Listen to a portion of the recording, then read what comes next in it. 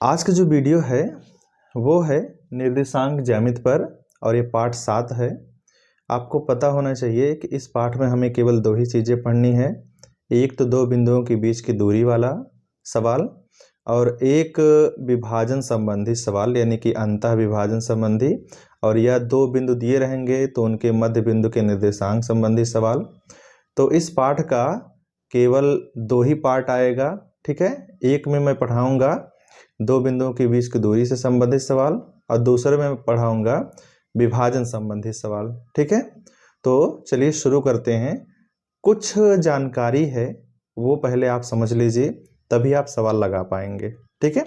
जैसे देखिए ध्यान से, आप जानते हैं कि जब दो रेखाएं एक ऐसे, ठीक है, और एक ऐसे, ठीक है, एक दूसरे को ऐसे काटती हैं तो आप जानते हैं इस पूरे को बोलते हैं कार्तीय तल, ठीक है।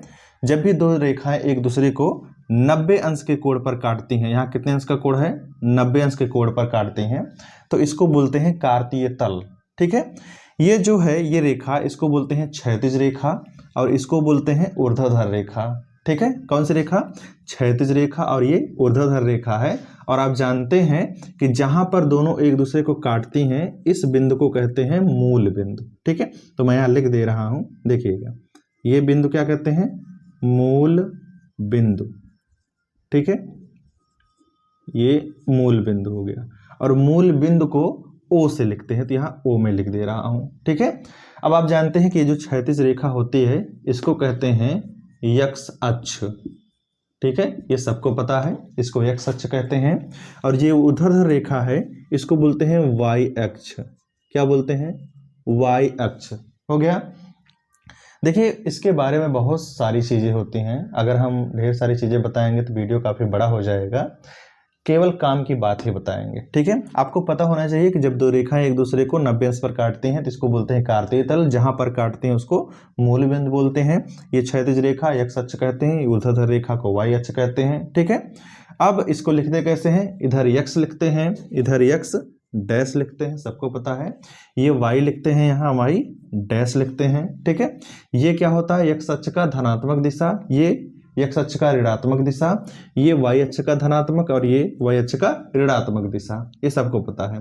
अब जब भी रेखाएं एक दूसरे को काटती हैं तो चार भागों में विभाजित होती हैं, इसको बोलते हैं प्रथम चतुर्थांश, प्रथम चतुर्थांश, ठीक है। इसको बोलते हैं द्वितीय चतुर्थांश, ठीक है, चतुर्थांश, ठीक। इसको बोलते हैं तृतीय चतुर्थांश, ठीक। इसको बोलते हैं चतुर्थ चतुर्थांश, चतुर्थ चतुर्थांश, ठीक है। ये क्या है, ये इस चारों का नाम है, चारों भागों का नाम है, ये भाग हमें पता होने चाहिए। प्रथम चतुर्थांश, ये द्वितीय, ये तृतीय, ये चतुर्थ। आप जानते हैं कि बिंदु नाम सुने ही होंगे, जो बिंदुएं होती हैं उनको हम निर्देशांक ज्यामिति में ऐसे दिखाते हैं। जैसे मान लीजिए कि कोई बिंदु है यहाँ पर कोई बिंदु है, ठीक है, ध्यान दीजिएगा। तो बिंदु को हम किसी अंग्रेजी के बड़े अक्षर से लिखते हैं। जैसे मान लीजिए कि बिंदु है तो बिंदु को हम मान लिए पी है, ये कोई पी बिंदु है, ठीक है, पी का मतलब पॉइंट, कोई बिंदु है, ठीक। ज्यादातर बिंदुओं को यक्स कामा वाई की तरह लिखा जाता है। और आप जानते हैं कि इसमें जो यक्स कामा वाई होता है इसको बोलते हैं भुज, ये सबको पता है, और इसको बोलते हैं कोटि, ठीक है, ये भी आपको पता होना चाहिए। अब जैसे मान लीजिए कि ये आपके पास बिंदु है, तो अगर आपसे कहा जाए कि यक्स अक्ष से इस बिंदु की दूरी बताइए, वाई अक्ष से इस बिंदु की दूरी बताइए, ठीक है, तो कैसे आप पता लगाएंगे कि जो बिंदु दिया गया है ये यक्स अक्ष से कितनी दूरी पर है और ये वाई अक्ष से कितनी दूरी पर है, ठीक है। तो देखिए ध्यान से, ये है यक्स अक्ष, तो अगर हम यहाँ से ऐसे दूरी नापेंगे तो यही तो दूरी है, यही जो दूरी है इसी को ही क्या कहेंगे, यक्ष अक्ष से दूरी, ठीक है। और ये जो दूरी है इसको कहते हैं वाई अक्ष से दूरी, ठीक है। ये जो बिंदु है यक्ष अक्ष से भी कुछ दूरी पर रहेगा, ये जो बिंदु है वाई अक्ष से भी कुछ दूरी पर रहेगा, ठीक है। तो जब कहेगा यक्स अक्ष से कितनी दूरी पर है, तो जो y वाला मान होता है उसी को यक्स अक्ष से दूरी कहते हैं। ठीक है, तो यहां से और यहां तक जो दूरी है उसको y कहते हैं। ठीक है, और y अक्ष से जो दूरी होती है उसको कहते हैं यक्स। ठीक है, ऐसा क्यों? क्योंकि ये जो है ना, यह भी एक बिंदु है। अब ये बिंदु कितना है नहीं मालूम, तो मान लीजिए a है। ये बिंदु कितना है नहीं मालूम, तो ये मान लीजिए b है। ठीक है, तो अगर हम मान लें कि o से a तक दूरी x है, ठीक है, और o से b तक दूरी y है, तो a से p भी दूरी y होगा और b से p होगा x। इसको जानते रहिएगा। इससे संबंधित सवाल आता है। सवाल में क्या पूछता है? पूछता है कोई बिंदु दिया रहेगा और कहेगा उसको x अक्ष से दूरी बताइए, y अक्ष से दूरी बताइए। ठीक है, तो ध्यान दीजिएगा, जब कहेगा x अक्ष से दूरी बताइए तो y वाला मान बताएंगे, और जब कहेगा y अक्ष से दूरी बताइए तो x वाला मान बताएंगे, यानी कि उल्टा वाला मान चुनेंगे और वही आंसर हो जाएगा। फिर से, जब कहेगा x अक्ष से दूरी बताइए, ठीक, तो y वाला मान होगा आंसर, और जब y अक्ष से दूरी पूछेगा तो x वाला मान होगा। इस बात पे ध्यान दीजिएगा जो मैं बोल रहा हूं, ऐसे सवाल आते हैं पेपर में। ठीक है, और कुछ बातें हैं, जरा ध्यान दीजिए। जैसे मान लीजिए कि x अक्ष पर कोई बिंदु है, जैसे यहाँ बिंदु हो सकता है, यहाँ हो सकता है, यहाँ हो सकता है, कहीं भी हो सकता है। और हाँ, एक चीज और, आप जानते हैं मूल बिंदु जो होता है, ये मूल बिंदु, इसका जो निर्देशांक होता है वह 0,0 होता है, ये जानते रहिएगा। यानी कि यहाँ पर x का मान 0 होता है और y का मान 0 होता है। ठीक है, तो मैंने क्या कहा कि यहाँ पर प्रथम चतुर्थांश में जो x और y का मान होता है उसमें x का मान प्लस और y का भी मान प्लस होता है। ठीक है, ध्यान दीजिएगा, x और y दोनों का मान प्लस होता है। द्वितीय चतुर्थांश में x का मान ऋणात्मक होता है और y का मान धनात्मक होता है, तो यहाँ मैं धन लिख दे रहा हूँ। ठीक है, यानी कि मतलब ये है कि जैसे कुछ बिंदुएं ऐसी होती हैं जो कुछ प्लस में दिया रहेगा, कुछ माइनस में दिया रहेगा, किसी में दोनों प्लस एक्स वाई, किसी में एक प्लस एक माइनस होता है। तो याद रखिएगा, प्रथम में x और y दोनों का मान प्लस होता है, द्वितीय में x का मान ऋणात्मक, y का मान धनात्मक होता है, तृतीय में x का मान ऋणात्मक और y का मान ऋणात्मक होता है, और चतुर्थ में x का मान धनात्मक और y का मान ऋणात्मक होता है। ये आप जानते रहिएगा। ठीक है, खासकर इसमें किस बात पे ध्यान देना है, जो मैंने अभी दूरी वाला बताया। अगर x अक्ष से दूरी कहेगा तो y वाला मान होगा, y अक्ष से दूरी कहेगा तो x वाला मान होगा। इस पे ज्यादा ध्यान दीजिएगा। और जो हम अभी बताने वाले थे फिर से बता दे रहे हैं, जैसे मान लीजिए कि ये कोई बिंदु है, ये x अक्ष पर कोई बिंदु है। ठीक है, कहीं भी कोई बिंदु हो सकता है। तो याद रखिएगा, अगर x अक्ष पर कहीं पर कोई बिंदु अगर हमें मानना हो तो हमेशा मानते हैं क्या, x, 0। ठीक है, अब ये मानते क्यों हैं, ताकि हम सवाल लगा सकें। ठीक है, लेकिन आप जानते हैं कि ये x अक्ष की ऋणात्मक दिशा है और ऋणात्मक दिशा में जो x का मान होता है वो ऋण में होता है। ठीक है, अभी मैंने बताया। तो अगर x अक्ष की ऋणात्मक दिशा में कोई मान को, हमें बिंदु को मानना हो x अक्ष पर, तो -x, 0 होता है। अगर कहीं, ध्यान दीजिएगा, अगर कहीं x अक्ष के धनात्मक दिशा में कोई मान हमें मानना होता है तो यहाँ पर जो बिंदु होता है वो x वाला मान प्लस होता है और y वाला मान 0 होता है। ठीक है, इसी प्रकार अगर कोई बिंदु, ध्यान दीजिएगा, अगर कोई बिंदु y अक्ष पर है तो वहां पर जो बिंदु हमें मानना होता है वहां पर x का मान 0 होता है और y का मान कुछ न कुछ होता है, वो भी प्लस में। और अगर y अक्ष की ऋणात्मक दिशा में कोई बिंदु है मान लीजिए, ठीक है, और यहाँ पर कोई बिंदु हमें मानना हो तो यहाँ पर भी x का मान 0 होता है और y का मान ऋणात्मक होता है। ये जानते रहिएगा। ठीक है, तो x अक्ष पर अगर कोई बिंदु मानना हो तो ध्यान दीजिएगा, मैं यहाँ कुछ लिख दे रहा हूं। ठीक है, देखिए क्या मैं लिख रहा हूं, x अक्ष पर बिंदु अगर हमें मानना हो तो हम क्या मानेंगे, x, 0 ये मानते हैं। ठीक है, ये कहाँ मानते हैं, ये सवाल को जब हल करेंगे तब वहां मानेंगे। और जब सवाल हल करेंगे, हल करने के बाद x का जो मान निकलता है, अगर प्लस मान आया तो x अक्ष के धनात्मक दिशा में मान होगा, और अगर ऋणात्मक मान आता है x का तो यहाँ पर मान होगा। ठीक है, तो ध्यान दीजिएगा, जो मैं बता रही, ये सवाल में ऐसा x अक्ष पर जो बिंदु मानते हैं वो x, 0 मानते हैं। ठीक है, ये ध्यान दीजिएगा। ये कहाँ पर, कहाँ के लिए जरूरी है, ये कहाँ लगाते हैं ये चीज, ये जब सवाल लगाते हैं उसके लिए ये चीज इतना है, ठीक है। इसी तरह y अक्ष पर अगर हमें बिंदु मानना हो तो हम क्या मानते हैं, 0, y मानते हैं, ठीक है। क्यों मानते हैं, ताकि हम सवाल लगा सके, ठीक है।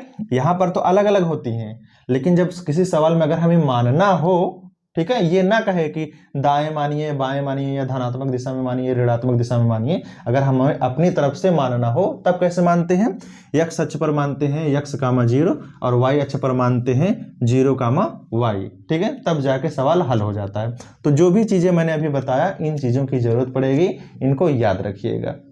ये देखिए पहला सवाल है और ये सवाल पेपर में आया है, ठीक है, कई बार पेपर में पूछा गया है। सवाल में देखिए क्या लिखा है, लिखा है बिंदु -3, 4 की x अक्ष तथा y अक्ष से दूरी ज्ञात कीजिए। जब भी पेपर में बहुविकल्पी में 1 नंबर का ये सवाल आता है तो दोनों साथ में नहीं पूछेगा कि इस बिंदु की x अक्ष से दूरी बताइए तथा y अक्ष से, केवल एक ही पूछेगा। या तो कहेगा इस बिंदु की x अक्ष से दूरी बताइए, या तो कहेगा y अक्ष से दूरी बताइए, ठीक है। कोई भी एक बिंदु दे देगा और ऐसे कहेगा। तो क्या करते हैं, तो ध्यान दीजिए, तो लिखेंगे बिंदु -3, 4 की, ठीक है।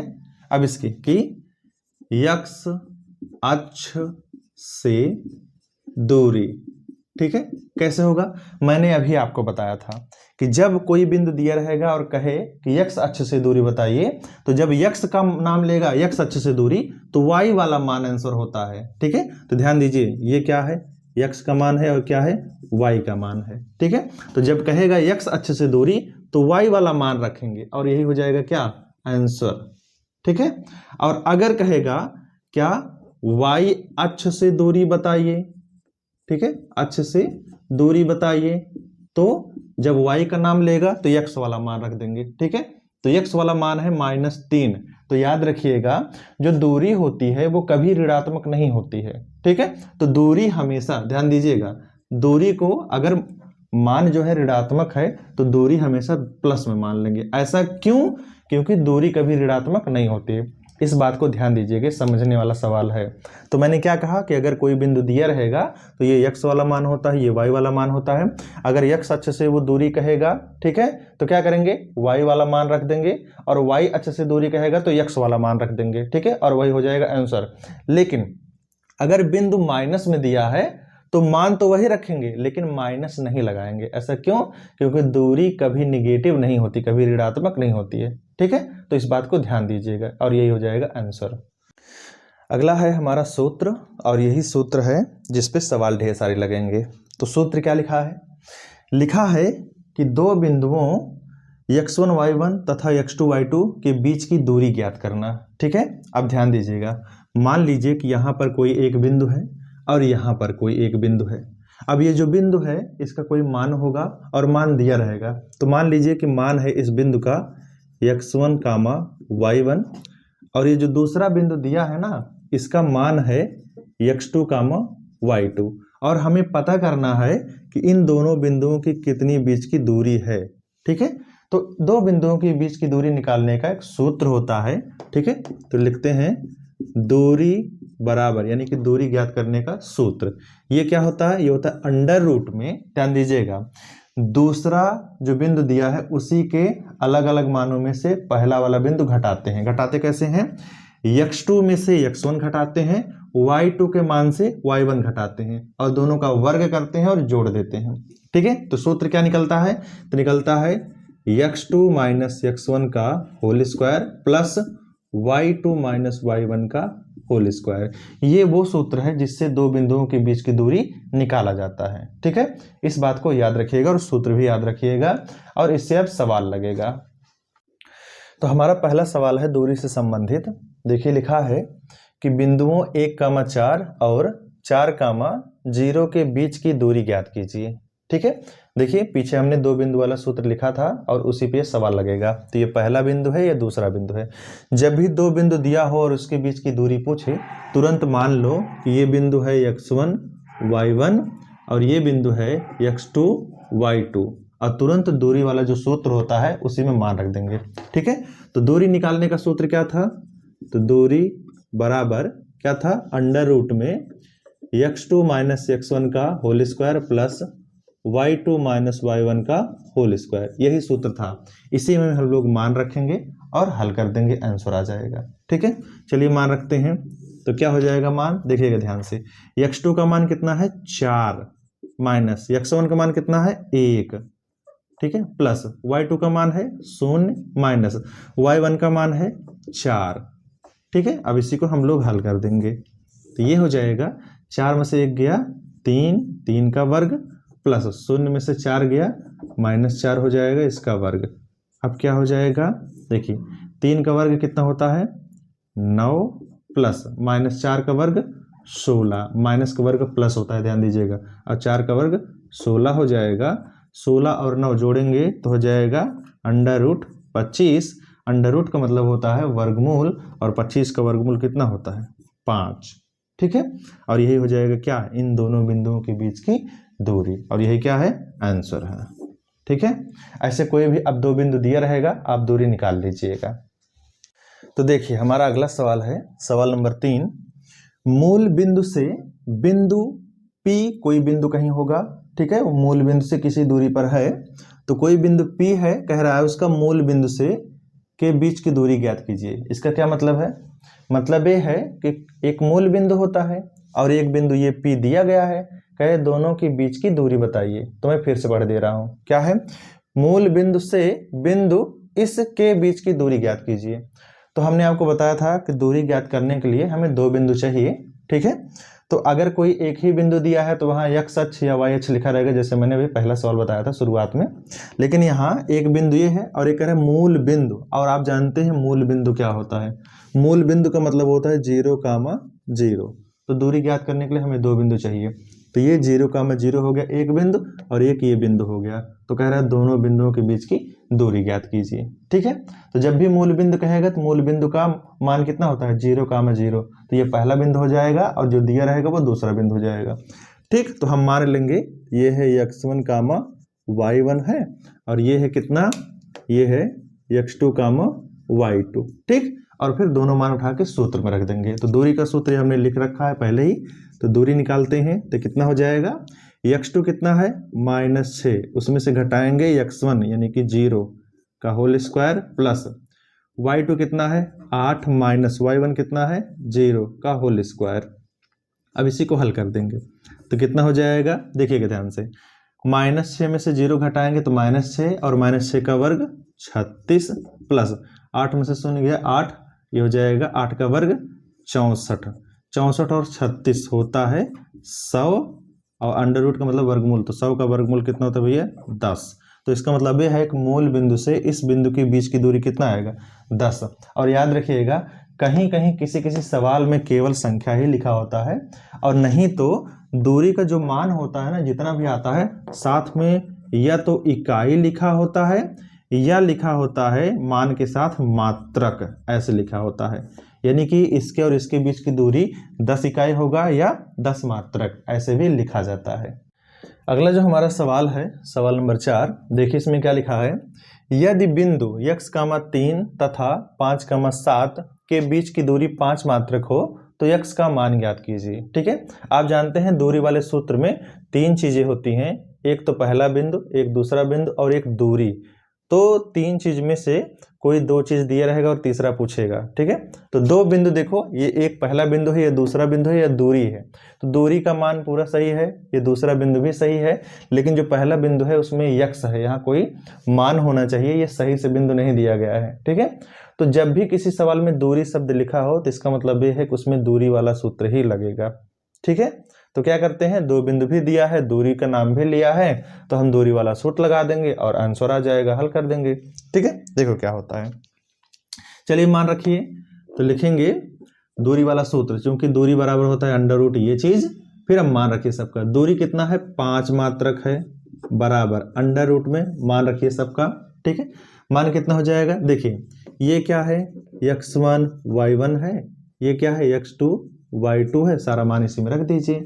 तो x2 कितना है 5 माइनस x1 कितना है x का होल स्क्वायर प्लस y2 कितना है 7 माइनस y1 कितना है, ये है 3 इसका होल स्क्वायर। हो गया। अब क्या करते हैं, ध्यान दीजिएगा, जब भी हमें ऐसे सवाल आए जिसमें दूरी का मान दिया हो, ठीक है, और किसी x या y का मान पूछे, तुरंत जब ऐसे मान रख देते हैं तो कोशिश करते हैं कि ये जो अंडर रूट है ना ये हट जाए, और अंडर रूट हटता तभी है जब दोनों पक्षों का वर्ग करते हैं, ठीक है। तो यहाँ क्या लिखेंगे, लिखेंगे दोनों पक्षों का वर्ग करने पर, ठीक है, दोनों पक्षों का वर्ग करने पर। और जैसे ही वर्ग करेंगे तो मैं एक बार करके दिखाता हूं, ठीक है। तो इधर जब वर्ग करेंगे तो 5 का इधर वर्ग हो जाएगा बराबर, इधर वर्ग करेंगे तो ये अंडर रूट में क्या है 5 माइनस एक्स का होल स्क्वायर है, प्लस 7 माइनस 4 कितना हो जाएगा, सॉरी 7 माइनस 3 कितना हो जाएगा 4, इसका वर्ग हो जाएगा, ठीक है। तो ये अंदर वाला वही चीज लिखा है, लेकिन हम क्या कर रहे हैं दोनों पक्षों का वर्ग, तो इधर वर्ग करेंगे तो ये स्क्वायर लग जाएगा, इधर भी वर्ग करेंगे तो इसका भी क्या लगेगा होल स्क्वायर लग जाता है, ठीक है, वर्ग करने से होल स्क्वायर लग जाता है। तो 5 का वर्ग कितना होता है 25 हो जाएगा, और वर्ग करने से अगर अंडर रूट है तो अंडर रूट हट जाता है, तो अंदर में क्या बचेगा 5 माइनस एक्स का वर्ग प्लस 4 का वर्ग कितना होता है 16। अब इसी को हल कर देंगे, ठीक है। तो ये कितना हो जाएगा, ये हो जाएगा 25 बराबर, आप जानते हैं ये देखिए 5 माइनस एक्स का होल स्क्वायर है, ये a माइनस बी का होल स्क्वायर की तरह है, तो सूत्र याद होगा A square plus B square minus 2ab, उसी तरह ये टूटेगा, तो क्या हो जाएगा ये 5 का वर्ग यानी कि 25 यानी कि a स्क्वायर प्लस में b स्क्वायर माने एक्स स्क्वायर हो जाएगा माइनस 2ab, ठीक है। तो 2ab की तरह रखेंगे तो हो जाएगा 2 5 और x यानी कि 2 गुणे 5 गुणे x यानी कि 10x हो जाएगा, और प्लस 16। अब इसी को हल कर देंगे, देखिएगा ध्यान से, ये 25 प्लस में इधर आया माइनस में, हो गया। अब हम इसको सही से लिख रहे हैं, देखिएगा ध्यान से, एक्स स्क्वायर को मैं पहले लिख रहा हूँ एक्स स्क्वायर, फिर माइनस में 10x है, ठीक है, इसके बाद फिर क्या है प्लस में 16, देखिए एक्स स्क्वायर लिख लिया माइनस 10x प्लस 16 ये पूरा लिख लिया, और इधर क्या बचा है 0, और हमने सीधा लिख लिया, और बन गया ये क्या, ये बन गया एक द्विघात समीकरण। और द्विघात समीकरण हमने इससे पहले पाठ पढ़ा दिया है, उसमें मैंने सिखाया कि कोई द्विघात समीकरण दिया है तो उसका गुणनखंड कैसे करते हैं, हल कैसे करते हैं, देखिए वही वाला चीज हमें मिल गया, ठीक है। तो इसलिए जानबूझकर हम उसके बाद ये पाठ पढ़ा रहे हैं क्योंकि उसकी यहाँ जरूरत है। तो अब इसी द्विघात समीकरण को हम हल कर देंगे, जो x का मान निकलेगा वही आंसर होगा, ठीक है। तो क्या होगा, एक काम करते हैं, यहाँ लिख देते हैं, ठीक है। तो यहाँ देखिए, चलिए हल करते हैं, तो ये क्या हो जाएगा, देखिए ध्यान से, x square minus 10x plus 16, अगर आपको गुणनखंड करना नहीं आता है तो द्विघात समीकरण वाला जो हमने पाठ पढ़ा है उसको जरूर पढ़िए, ठीक है। चलिए इसको तोड़ते हैं, तो 16 का इसमें गुणा करेंगे, यहाँ 1 है, अगर कोई संख्या ना दिखे तो 1 है, तो 16 1 के 16, 16 का 2 गुणनखंड कीजिए, दोनों को जोड़िए या घटाइए, बीच वाला आए, तो 16 का 2 पार्ट तोड़ेंगे, 2 गुणनखंड, 8 दूनी 16, और 8 में 2 जोड़ेंगे 10, टूट गया, ठीक है। तो ये हो जाएगा एक्स स्क्वायर माइनस, जहां माइनस 10x है वहां हो जाएगा माइनस 8x माइनस 2x, और फिर प्लस 16, ठीक है, और ये हो गया बराबर 0, टूट गया 4 भाग में। अब 2 भाग लेकर गुणनखंड करते हैं, सबको पता है। इन दोनों भागों में से कॉमन कीजिए, इसमें से कॉमन कीजिए, बताइए क्या कॉमन है, x, क्या मिलेगा x माइनस 8, फिर इसमें से क्या कॉमन है माइनस 2, तो मिलेगा x माइनस 8 बराबर 0, ठीक। तो यहाँ से और यहाँ से फिर कॉमन कीजिए x माइनस 8, तो मिलेगा हमें गुणनखंड x माइनस 2 बराबर 0, और मैंने आपको पढ़ाया है कि जैसे गुणनखंड मिल जाए तुरंत गुणनखंड को शून्य के बराबर रखते हैं। तो पहला गुणनखंड है x माइनस 8, शून्य के बराबर करेंगे, दूसरा है x माइनस 2, शून्य के बराबर करेंगे, तो यहाँ से हो जाएगा माइनस 8, उधर जाएगा प्लस 8, तो x बराबर 8 हो जाएगा, ये x का एक मान आया, और यहाँ से x बराबर आ जाएगा, 2 को उधर कीजिए तो माइनस हो जाएगा, देखो प्लस हो जाएगा, तो जाएगा 2, x बराबर 2, ये हो जाएगा 2 मान, ये है क्या आंसर x का, ठीक है। ऐसे और भी सवाल पूछे जा सकते हैं, जैसे इसमें x गायब है, यहाँ मान पता करना है, वैसे हो सकता है किसी में y का मान पूछ ले, तो चाहे x का मान पूछे चाहे y का मान पूछे तो उससे घबराने वाली बात नहीं है, जैसे x का मान निकाला गया है वैसे y का भी मान निकाला जाता है, ठीक है। आप लोग इस टाइप का अगर सवाल आता है तो लगाइएगा। देखिए हमारा अगला जो सवाल है ये भी ठीक ठाक अच्छा सवाल है, जरूर देखिए इसमें क्या लिखा है, x अक्ष पर वह बिंदु ज्ञात कीजिए जो 2, -5 और -2, 9 से समदूरस्थ है। इसका मतलब क्या है, ध्यान दीजिएगा, ठीक है। कह रहा है x अक्ष पर वह बिंदु ज्ञात कीजिए, यानी कि x अक्ष पर कोई बिंदु है, ठीक है, उस बिंदु से इसकी दूरी और उसी बिंदु से इसकी दूरी क्या है, समान है। ठीक है, मैं आपको समझाता हूं, देखिएगा ध्यान से। जब भी कहे कि x अक्ष पर बिंदु ज्ञात कीजिए या y अक्ष पर बिंदु ज्ञात कीजिए, तो इस वीडियो के शुरुआत में मैंने आपको बताया था कि अगर x अक्ष पर हमें बिंदु मानना हो, ठीक है, ज्ञात करने के लिए मानना हो तो क्या मानते हैं, और y पर अगर हमें मानना हो तो क्या मानते हैं, मैंने शुरुआत में आपको बता दिया था। फिलहाल मैं आपको लिख दे रहा हूं यहाँ, ठीक है। देखिए क्या लिखेंगे, माना x अक्ष पर बिंदु, ठीक है, x अक्ष पर कौन सा बिंदु मानते हैं, मानते हैं x, 0। ये x अक्ष पर बिंदु अगर हमें मानना होता है किसी सवाल में तो x, 0 मानते हैं, ठीक है, याद रखिएगा। और y अक्ष पर अगर मानना हो तो 0, y मानते हैं, ठीक है, मैंने शुरुआत में इसलिए बता दिया था। तो अब देखिए ध्यान से, ठीक है, देखिए x अक्ष पर ये कोई बिंदु है, ठीक है, इस बिंदु से इसकी बिंदु की दूरी, ठीक है, ये मान लीजिए कोई बिंदु है, ये क्या 2, -5 है, ठीक है, और ये कोई तीसरी बिंदु है, ये क्या है, -2, 9 है, ठीक। अब देखिएगा ध्यान से, ये जो बिंदु हमने माना है ये वाला, ये कहां पर है, ये बिंदु है x अक्ष पर बिंदु है, ठीक है, ध्यान दीजिएगा, ये बिंदु कहाँ है, x अक्ष पर बिंदु है।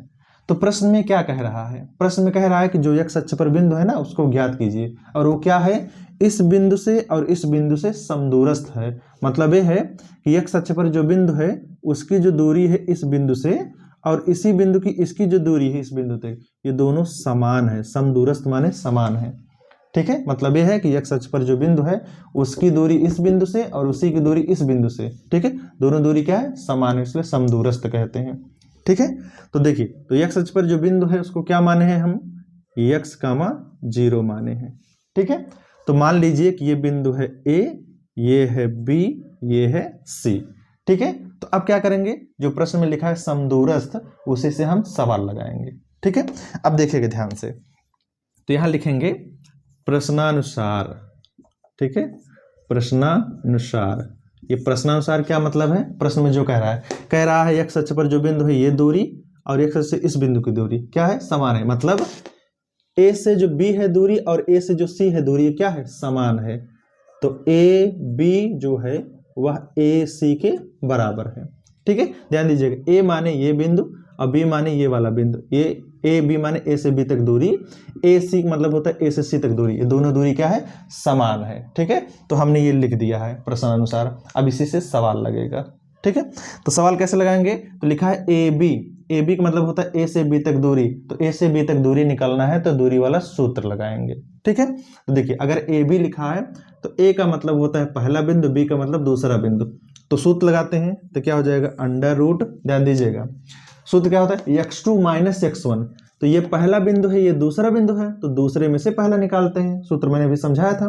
तो x2 - x1, ठीक है, तो 2 - x तो हो जाएगा 2 - x का वर्ग प्लस y2 - y1 यानी कि -5 - 0 का वर्ग हो गया, बराबर।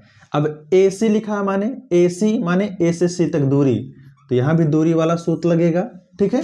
तो देखिए, A पहले लिखा है, C बाद में, इसका मतलब A पहला बिंदु है, C दूसरा, तो ये पहला ये दूसरा, तो दूसरे में से पहला घटता है, पता है ना, x2 - x1, ठीक है।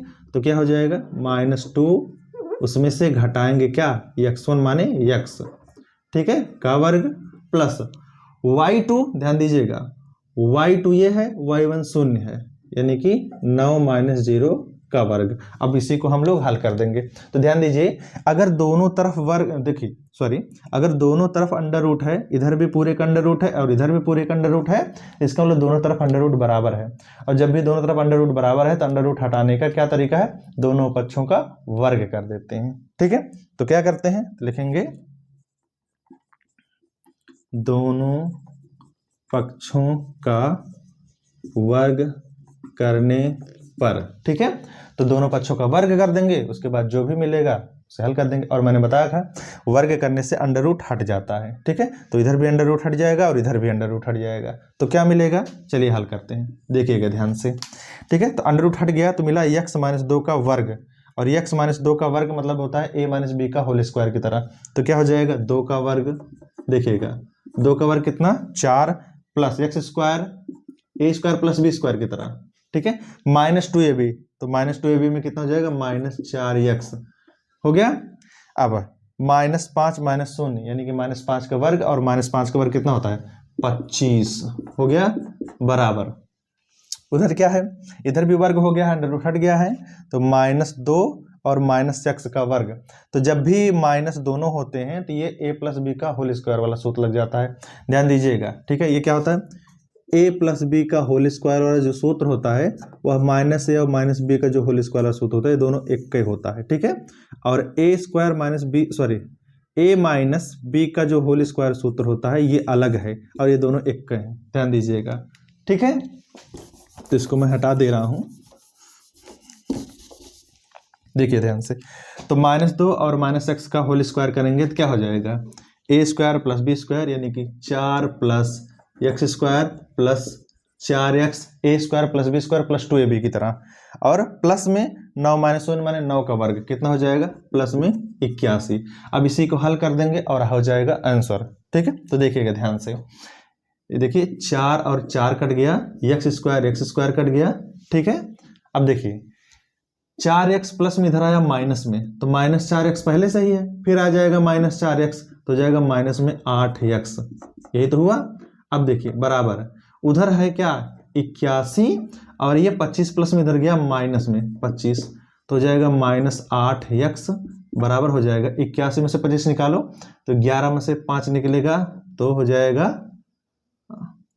6, और ये हो जाएगा 7, 7 में से 2 जाएगा, हो जाएगा 5, ठीक है। तो अब देखिए ध्यान से, -8 गुणे में उधर गया भाग में, तो x बराबर हो जाएगा 56 बटे -8, 8 × 7 = 56, तो x बराबर हो जाएगा -7, और यही क्या है, x का मान है। लेकिन हमें क्या चाहिए था, हमें चाहिए था x अक्ष पर बिंदु, तो लिखेंगे इसलिए x अक्ष पर बिंदु, ठीक है। x अक्ष पर बिंदु क्या माना था, x, 0 माना था, और x का मान आया -7, 0, और यही हो गया, यही वो बिंदु है जो x अक्ष पर है। हम उम्मीद करते हैं कि आपको समझ में आया होगा। अगर यही सवाल, ध्यान दीजिएगा, अगर यही सवाल यहाँ x अक्ष की बजाय y अक्ष लिखा होता तो हम यहाँ लिखते माना y अक्ष पर बिंदु, और y अक्ष पर बिंदु क्या मानते हैं, वहां पर मानते हैं 0, y, ठीक है। देखिए अगला हमारा सवाल है, ये थोड़ा हल्का सा बड़ा है इसलिए इस पे ज़्यादा ध्यान दीजिएगा।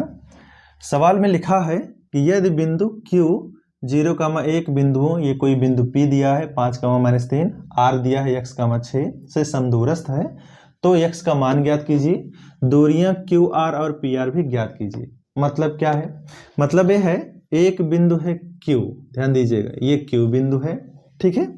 एक बिंदु है P, ठीक है, एक बिंदु है R, ध्यान दीजिएगा इस पे, ठीक है, ये R है। तो कह रहा है जो बिंदु Q है ना वो P से और R से समदूरस्थ है। मतलब ये है कि जो बिंदु Q है जितनी दूरी P से है, ठीक है, उतनी ही दूरी R से है, ठीक है। तो इसको क्या बोलते हैं, समदूरस्थ, माने दूरी बराबर है, समान है, ठीक है। तो क्या करते हैं, अभी हमने एक पीछे सवाल लगाया समदूरस्थ वाला, वैसे यहां भी लगाएंगे, ठीक है। तो उसके लिए हमें क्या चाहिए, ये सारे बिंदुओं का मान चाहिए, ठीक।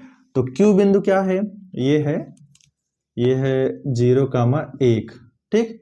P कितना है 5, -3, R कितना है x, 6। तो कह रहा है x का पहले तो मान ज्ञात कीजिए, बाद में Q से R निकालिए और P से R निकालिए, ठीक है। चलिए बाद में देखते हैं, पहले ये निकालते हैं, ठीक। तो ये क्या है, तो लिखेंगे प्रश्नानुसार, ठीक है।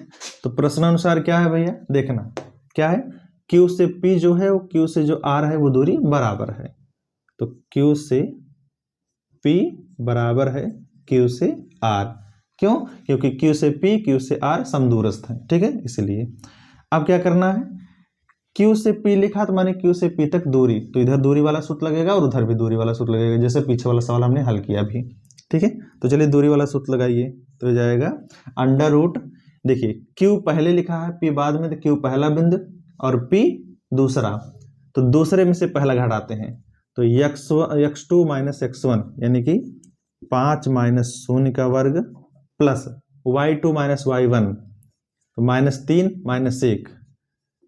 माइनस 1 का वर्ग बराबर अंडर रूट, इधर भी Q R है तो Q पहला R दूसरा, तो दूसरे में से पहला घटाते हैं, तो x माइनस 0 यानी कि x2 माइनस x1, तो x माइनस 0 का वर्ग प्लस y2 माइनस y1 यानी कि 6 माइनस 1 का वर्ग। ठीक, अब इसे हल कर देंगे।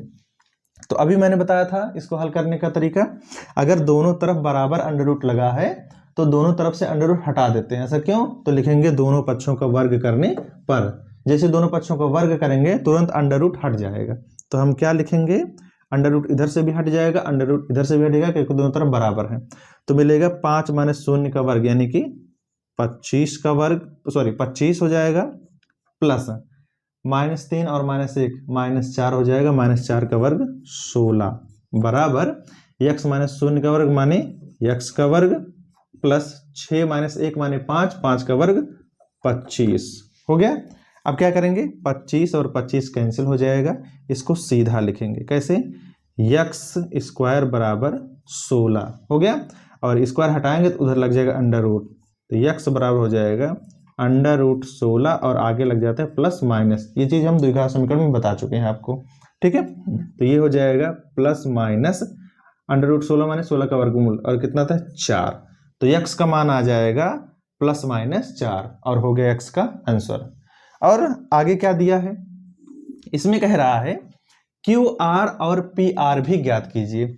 जैसे हमें पता चल गया, देखिए QR कैसे ज्ञात कर पाएंगे, देखिए ये है QR, ठीक है, और ये PR, हमें ये भी दूरी निकालनी है, देखिए हमें ये भी दूरी निकालनी है, हमें पता नहीं है कितनी दूरी है, चलिए निकालते हैं। तो लिखेंगे दूरी कितना, QR, दूरी कौन, QR हमें निकालना है। ठीक है, चलिए निकालते हैं QR, देखिएगा ध्यान से, तो अंडर रूट QR कैसे, R का हमें मान चाहिए, और हमें देखिए x मिला है, देखिए x का मान कितना मिल गया 4 और -4, कोई भी आप ले लीजिए, चाहे +4 चाहे -4, तो जैसे प्लस या -4 कोई भी मान यहाँ रखेंगे, देखिए यहाँ +4 चाहे लीजिए चाहे -4, और ये हो जाएगा 6।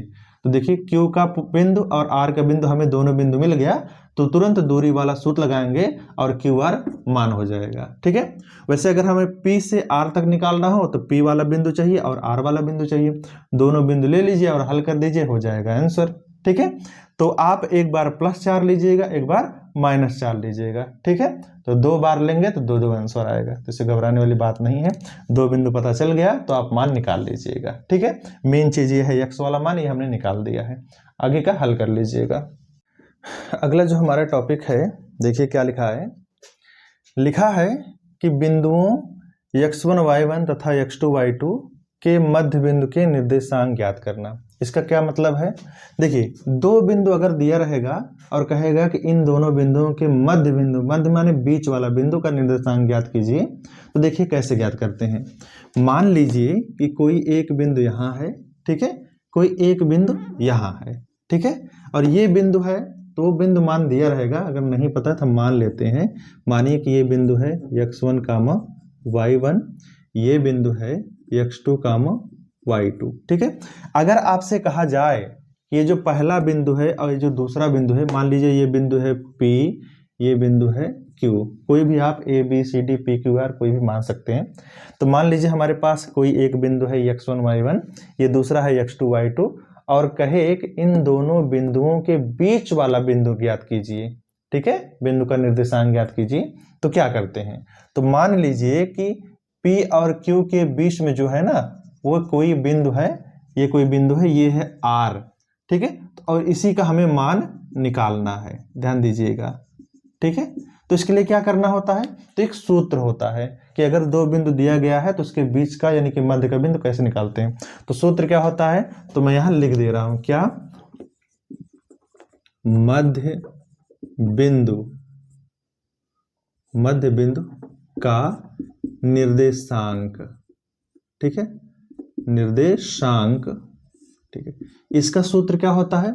ये सूत्र होता है, ध्यान दीजिएगा, x1 प्लस x2, दोनों को जोड़िए, x1 प्लस x2 बटे 2, कामा y1 प्लस y2 बटे 2, ठीक है, बटे 2। ये वो सूत्र है जिससे दो बिंदुओं के बीच का निर्देशांक ज्ञात करते हैं, ठीक है। x वाला मान जोड़ के 2 से भाग करते हैं, y और y वाला मान जोड़ के 2 से भाग करते हैं, तो जो भी मिलता है वो दो बिंदुओं के मध्य वाला यानी कि बीच वाला मान मिलता है, ठीक है। चलिए इस पे सवाल लगाते हैं। तो देखिए हमारा सवाल है जो मध्य बिंदु से ही संबंधित है। सवाल में क्या लिखा है?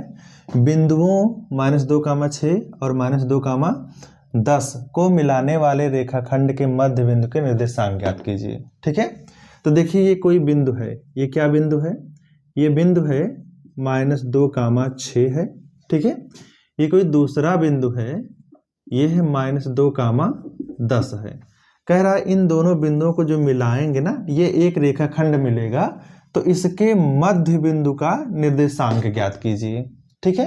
क्या कह रहा है कि बिंदुओं इस और इसको मिलाने वाले रेखाखंड के मध्य बिंदु का निर्देशांक, यानी कि ये जो बिंदु है, ये जो बिंदु है, दोनों को मिला दीजिए तो एक रेखाखंड मिल जाएगा, ठीक है। उसका जो मध्य बिंदु होगा उसी का निर्देशांक ज्ञात करना है, ठीक है। तो मान लीजिए कि ये बिंदु है P, ये बिंदु है Q और ये है R, और यही R वाला हमें निकालना है, ठीक है। तो लिखेंगे, इसलिए मध्य बिंदु, ठीक है, R का निर्देशांक, ठीक है, मध्य बिंदु R का निर्देशांक। सूत्र मैंने अभी लिखा था, सूत्र क्या था? x1 प्लस x2 बटे 2, कामा y1 प्लस y2 बटे 2, यही सूत्र था। अब इसी में हम मान रख देंगे। अब ये मान कहाँ से आएगा? ये जो है ये है x1 y1, ये क्या है x2 y2, और यही मान उठा के उसमें रख दीजिए, ठीक है। चलिए रखिए, तो क्या हो जाएगा? x1 प्लस x2 यानी कि -2 को जोड़िए -2 में बटे 2, कामा y1 प्लस y2 यानी कि 6 प्लस 10 बटे 2, ठीक है। चलिए हल कीजिए इसको, तो क्या हो जाएगा? -2 और -2 को जोड़ेंगे तो हो जाएगा -4 बटे 2, कामा 6 और 10 16 बटे 2। इसको जरा काटिए 2 से, तो हो जाएगा कितना? -2, और इसको 2 से काटेंगे तो हो जाएगा कितना? 8। और यही है क्या? इन दोनों बिंदुओं को मिलाने वाला जो रेखाखंड है उसके मध्य बिंदु का निर्देशांक, ठीक है। अगर ऐसे कोई और सवाल आता है तो आप लोग कर लीजिएगा। तो देखिए हमारा एक सवाल है, ये भी मध्य बिंदु से ही संबंधित है। सवाल में लिखा है कि एक रेखा y अक्ष तथा x अक्ष को क्रमशः बिंदुओं P तथा Q पर प्रतिच्छेद करती है, माने काटती है। यदि 2,-5 PQ का मध्य बिंदु हो तो P तथा Q के निर्देशांक ज्ञात कीजिए, ठीक है। अब जरा ध्यान दीजिएगा, कोई एक रेखा है जिसका नाम PQ है, वह x अक्ष को भी काटती है और y अक्ष को भी काटती है। PQ का मध्य बिंदु है 2,-5, ठीक है। अब सबसे पहले ये पता करो कि 2,-5 जो है ना, ये किस चतुर्थांश में आएगा, ठीक है। तो ये देखिए, ये प्लस है, ये माइनस है, तो प्लस माइनस किस में आता है? ये चौथे चतुर्थांश में आता है, चतुर्थ में। तो मैं आपको चित्र बना के थोड़ा आपको समझा रहा हूँ, ध्यान दीजिएगा। तो ये है y अक्ष, ये है x अक्ष, ठीक है। समझाने के लिए मैं थोड़ा चित्र बना रहा हूँ, x डैश y डैश, ठीक है। अब ध्यान दीजिएगा, कह रहा है कि कोई रेखा है जो x अक्ष और y अक्ष को दोनों को काट रही है। तो ये बिंदु कहाँ है? ये बिंदु है चौथे में आएगा, यहाँ पर प्लस माइनस होता है। तो मान लीजिए ये कोई रेखा से जा रही है, ठीक है, ये कोई रेखा है, ठीक है। ये किसको काट, देखो y को भी काट रहा है और x को भी काट रहा है। कहाँ पर काट रहा है? ये काट रहा है P पर, और ये काट रहा है कहाँ पर? Q पर, ठीक है। तो कह रहा है कि जो PQ रेखा है ना, इसका जो मध्य बिंदु है, ठीक है, इसका निर्देशांक 2,-5, ये 2,-5 है। तो कह रहा है P का और Q का निर्देशांक माने मान ज्ञात कीजिए, ठीक है। तो मैंने अभी आपको पीछे कुछ समझाया था कि अगर x अक्ष पर कोई बिंदु है उसे ज्ञात करना हो तब क्या मानते हैं, y अक्ष पर अगर कोई बिंदु है ज्ञात करना हो तब क्या मानते हैं। तो मैंने आपसे कहा था कि अगर x अक्ष पर कोई बिंदु है तो उसे ज्ञात करना हो तो वहां पर मानते हैं x, 0, ठीक। और अगर y अक्ष पर कोई बिंदु है हमें ना पता हो ज्ञात करना हो तो हम मानते हैं 0, y, और फिर हल कर देते हैं और आ जाता है आंसर, ठीक है। तो ये देखिए चित्र समझने के लिए हमने बना दिया है। अब देखिए ध्यान दीजिए, तो लिखेंगे चूंकि बिंदु 2, -5 PQ का मध्य बिंदु है, ठीक है, इसलिए, ठीक है, इसलिए, ठीक है, इसलिए क्या, मध्य बिंदु का निर्देशांक, ठीक है, मध्य बिंदु का निर्देशांक। सूत्र क्या होता है, मैंने सूत्र बताया है, सूत्र होता है x1 प्लस x2 बटे 2, y1 प्लस y2 बटे 2, यही होता है सूत्र। अब क्या करना है, मान रख देना इसी सूत्र में। तो मध्य बिंदु का निर्देशांक दिया है, कितना दिया है, दो कामा -5, ठीक है, 2 कामा -5 यही दिया है, बराबर। ध्यान दीजिएगा ये जो है x1 y1 x2 y2 से आता है, ठीक है। तो देखिए किसका नाम पहले देखिए PQ, तो ये पहला, देखिए P पहला बिंदु है, Q दूसरा बिंदु है, ठीक है। तो P पहला बिंदु है, Q दूसरा, तो इसका मतलब ये है कि ये जो बिंदु है ना ये किसके बराबर होगा, x1 y1 के बराबर होगा, और ये जो बिंदु होगा वो x2 y2 के बराबर होगा। इसका मतलब ये है x1 है 0, y1 है y, मान रखिए, और x2 है x, y2 है 0, मान रखिए इसी में। चलिए मान रख देंगे तो कितना आ जाएगा, x1 कितना है, x1 है 0 प्लस x2 कितना है, x बटे 2, कामा y1 कितना है, y प्लस y2 कितना है, 0 बटे 2। अब इसे हल कर देंगे, ठीक है। तो क्या हो जाएगा यहाँ पर, तो ये हो जाएगा 2 कामा -5 बराबर हो जाएगा 0 प्लस x माने x बटे 2, कामा 0 प्लस y माने y बटे 2।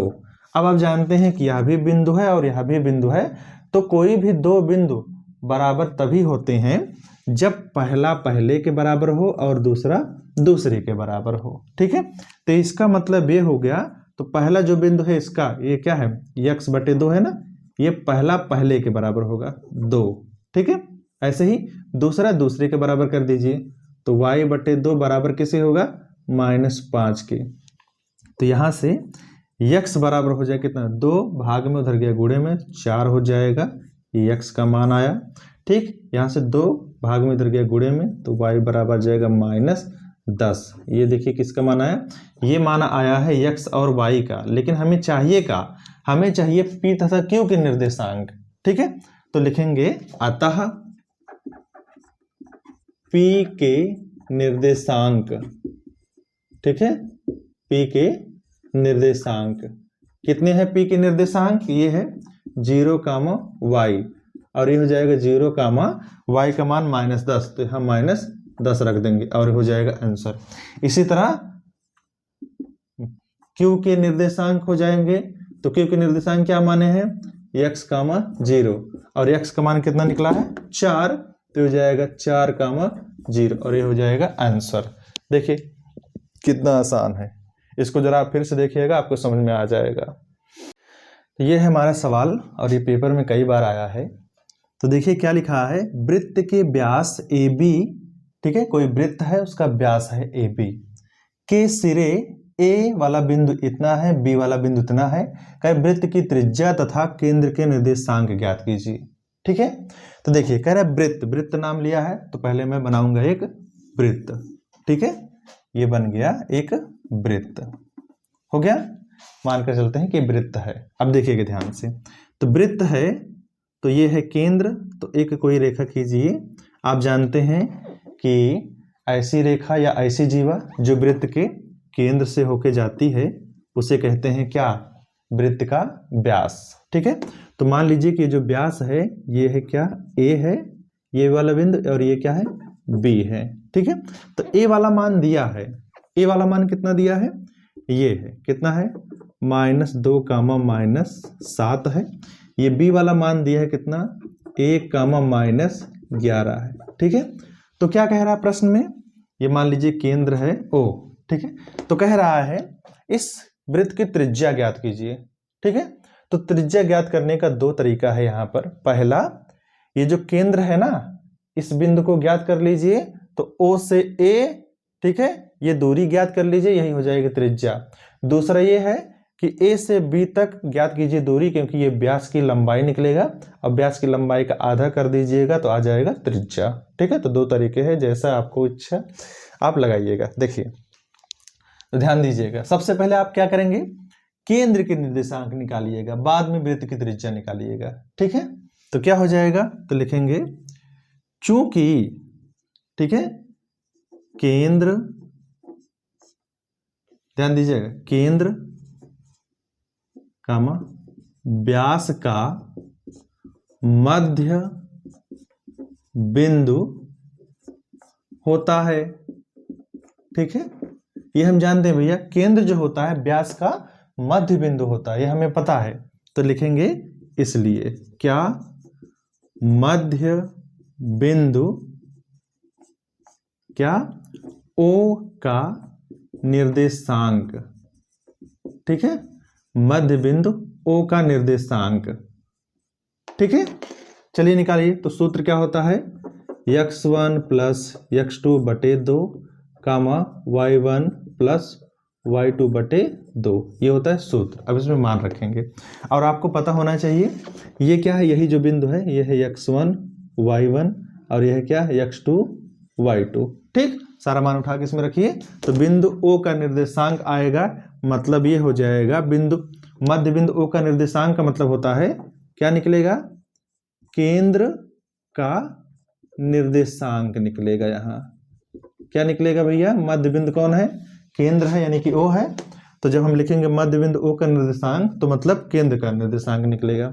ठीक है, और ये कितना आएगा, देखिए मान रखिए x1 प्लस x2 यानी कि -2 प्लस 1 बटे 2 कामा y1 प्लस y2 यानी कि कितना, -7 जोड़ेंगे -11 में बटे 2। इसी को हल कीजिए, तो ये कितना हो जाएगा, 1 में से 2 गया 1, 1 बटे 2 कामा, ये देखिए -7 और -11 हो जाएगा -18 बटे 2। ठीक है, और ये कटेगा।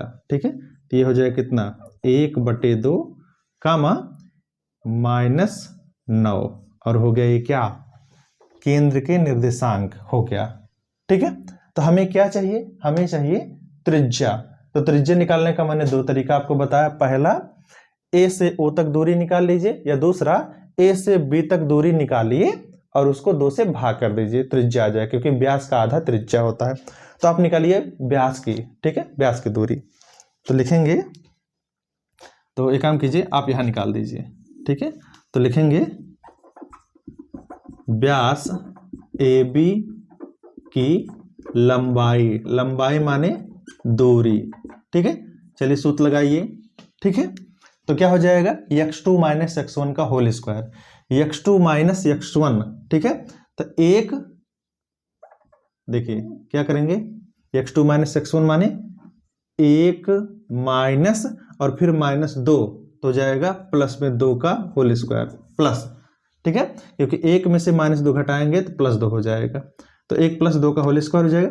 -11 में से घटाएंगे -7 हो जाएगा प्लस, तो -11 + 7 का वर्ग। इसी को हल कीजिए, तो कितना हो जाएगा, ये हो जाएगा 3, 3 का वर्ग 9 प्लस ये हो जाएगा 7 में से 11 घटाइए, तो 7 में से 7 4 11। ठीक है, 4 हो जाएगा, 4 का वर्ग 16। ठीक है, 16 9 25 हो जाएगा, और 25 का वर्गमूल 5। ये कितना आया, व्यास ए बी की लंबाई आया, ये कितना, मात्रक। ठीक है, तो इसलिए क्या, त्रिज्या। ठीक है, तो त्रिज्या कितना होता है, ये होता है व्यास बटे 2, ठीक है। तो ये हो जाएगा कितना 5/2, यानी कि 2.5 मात्रक, ठीक है। और यही क्या है आंसर, ये है त्रिज्या की लंबाई यानी कि वृत्त की त्रिज्या, और ये है केंद्र का निर्देशांक, ठीक है। ये सवाल पेपर में पूछा गया है, इसको आप लिख लीजिएगा। आज का ये लास्ट सवाल है, इस सवाल को जरा देखिएगा। लिखा है बिंदु ए के निर्देशांक ज्ञात कीजिए, जहां ए बी एक वृत्त का व्यास है जिसका केंद्र 2, -3 है तथा बी के निर्देशांक 1, 4 है। तो ए वाला ज्ञात करना है हमें। तो इसके लिए क्या करना पड़ेगा, इसके लिए हमें पहले चित्र बनाना पड़ेगा वृत्त का। तो देखिए, तो ये बन गया एक वृत्त, ठीक। और ये हमने बना दिया वृत्त का व्यास, ये है ए, ये है बी, ठीक है। अब आप जानते हैं वृत्त का व्यास में मध्य बिंदु जो होता है वो होता है केंद्र, ठीक है। तो ध्यान से देखिए क्या कह रहा है, कह रहा है ए बी एक वृत्त का व्यास है, ठीक है, जिसका केंद्र 2, है। ये केंद्र जो है ना, ये 2, है, हो गया। कह रहा है बी के निर्देशांक 1, 4 है, तो बी वाला है 1, 4, हो गया। तो कह रहा है बिंदु ए के निर्देशांक ज्ञात कीजिए। देखिए जरा ध्यान से, तो ए वाला हमें ज्ञात करना है, हमें नहीं पता है इसका कितना मान है। तो जब भी कोई बिंदु पूरा ज्ञात करना होता है, नहीं मालूम होता है, तो उसको मानते हैं x, y, ऐसे मान लेते हैं, ठीक है। अब हमें क्या करना है, इसी बिंदु का निर्देशांक ज्ञात करना है। तो अभी हमने सूत्र लगाया था जो पीछे वाले सवाल में सेम टू सेम लगेगा, क्योंकि ये एक बिंदु है, ये दूसरा, ये तीसरा, और जो ए बी बिंदु है ये केंद्र जो होता है व्यास के मध्य बिंदु होता है। तो मध्य बिंदु वाला सूत्र लगा देंगे, ठीक है। तो लिखेंगे चूंकि, देखिए यहां लिखेंगे चूंकि केंद्र व्यास का मध्य बिंदु होता है, ठीक है, मध्य बिंदु होता है, ठीक है। इसलिए क्या मध्य बिंदु O का निर्देशांक, ठीक है, निर्देशांक, तो ये क्या हो जाएगा, सूत्र आपको पता है, सूत्र क्या होता है, ये होता है x1 + x2 बटे 2, y1 + y2 बटे 2, हो गया। अब इस सूत्र को लगाएंगे और हल कर देंगे। देखिए चलिए मान रखिए, तो मान क्या हो जाएगा, मध्य बिंदु O का निर्देशांक दिया है कितना 2, तो जिधर ये चीज लिखा गया है इसका मान दिया है, तो इसलिए रख दिया, बराबर ये वाला मान रखिए। तो क्या है ए बी, ये पहला बिंदु है, ये दूसरा, तो ये बिंदु है क्या x1 y1 है, और ये क्या है x2 y2 है। चलिए मान रखिए, तो x1 + x2 यानी कि x + 1 बटे 2, y1 + y2 y + 4 बटे 2, ठीक है। अब इसी को हल करेंगे। क्या मैंने आपको बताया है, ये एक बिंदु है, ये एक बिंदु है, कोई भी दो बिंदु बराबर तभी होगा जब पहला और दूसरा बिंदु पहला और दूसरा मान बराबर होगा। क्या मतलब इसका, कोई भी दो बिंदु बराबर तभी होता है जब पहला पहले के बराबर हो और दूसरा दूसरे के बराबर हो, ठीक है। ये बराबर होते हैं तभी मान निकलते हैं। तो क्या हो जाएगा, देखिएगा ध्यान से, पहला मान पहले के बराबर कीजिए, तो पहला है x + 1 बटे 2 बराबर होगा 2 के, ठीक है। तो यहाँ से मान निकालिए, तो 2 भाग में इधर गया गुणे में, तो 2 दूनी 4, तो x + 1 बराबर हो जाएगा 4, 1 प्लस उधर गया माइनस में, तो हो जाएगा x बराबर 3, मान निकला। अगला दूसरा वाला दूसरे के बराबर कीजिए, तो y + 4 बटे 2 बराबर होगा -3 के, ये 2 तिहाई 6, तो y + 4 बराबर हो जाएगा -6, 4 प्लस में उधर गया माइनस में, तो -6 और फिर -4 हो जाएगा y का मान -10, ये हो गया y का मान, हो गया। लेकिन हमें क्या चाहिए था, बिंदु A का निर्देशांक, तो लिखेंगे इसलिए बिंदु A का निर्देशांक, ठीक है, ये कितना माने थे x, y, तो x का मान रखिए, x का मान 3, y का मान -4, तो हो जाएगा x का मान 3, y का मान -10, तो ये जाएगा 3, -10, और ये हो जाएगा आंसर, ठीक है। बस ये लास्ट सवाल है। अब इसके आगे अगले भाग में जो भी सवाल बचेगा विभाजन वाला सूत्र उससे लगाएंगे।